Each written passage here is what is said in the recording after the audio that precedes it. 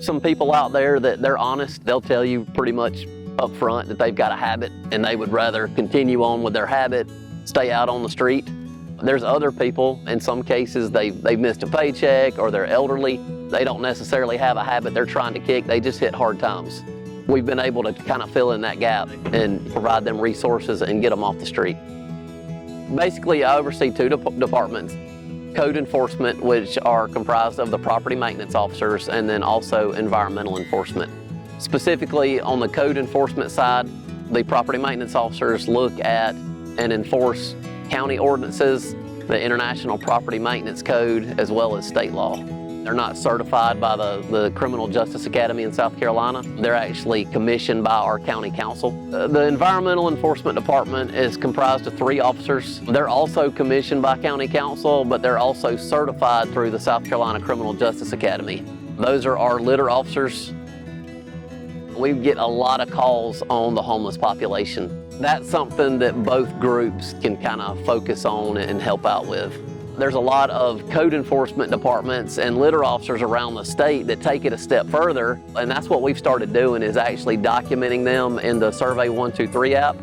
Hope Missions has a lot of resources, and not just Hope, but there's also other organizations here in the county that help out as well. We just work very closely with Hope, not only getting them in touch with the homeless people when we interact with them, but we also assist them with the yearly pit count. Basically, it's a head count of all the homeless people in the county. This is something that's been going on for years.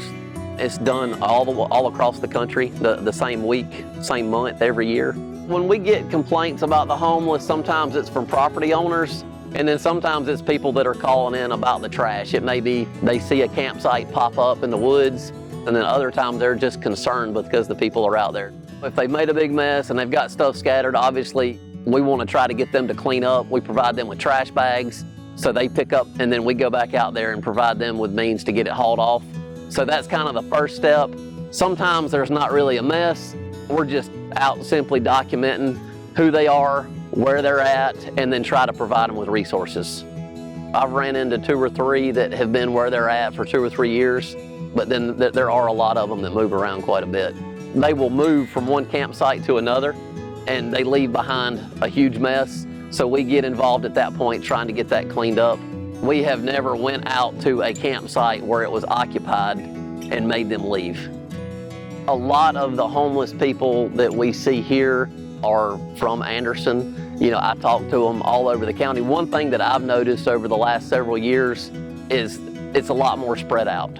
When I worked for the city police department, we would primarily see them downtown. We run into campsites literally from exit 40 all the way to exit 4 up and down the interstate, and even out in some of the more rural areas.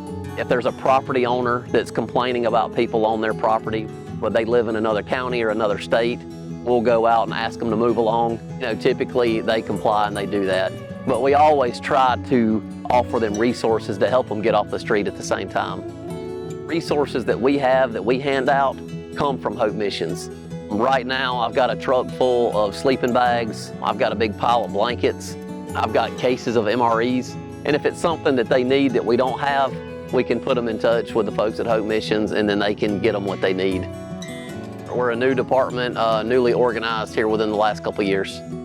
I did regular law enforcement for about 20 years. Something that we're going to be working on this year, litter pickup crew. They would be assigned sections of roadway. We would also utilize them to help clean up vacant homeless campsites. The community service program is a program that we implemented back in the spring of last year. Basically, this is a program that is overseen by one of our litter officers, Chad Chapman. As environmental officers, what we do is work trash-related calls. So that could be stuff blowing out of a truck, that could be trash on the side of the road that somebody threw out, somebody lost out of a truck. We go to people's houses when their yards look trashy and got it just kind of nasty. We get calls to go to those houses. Where we take defendants from all the magistrate courts, municipal court, probation and parole, the PTI office.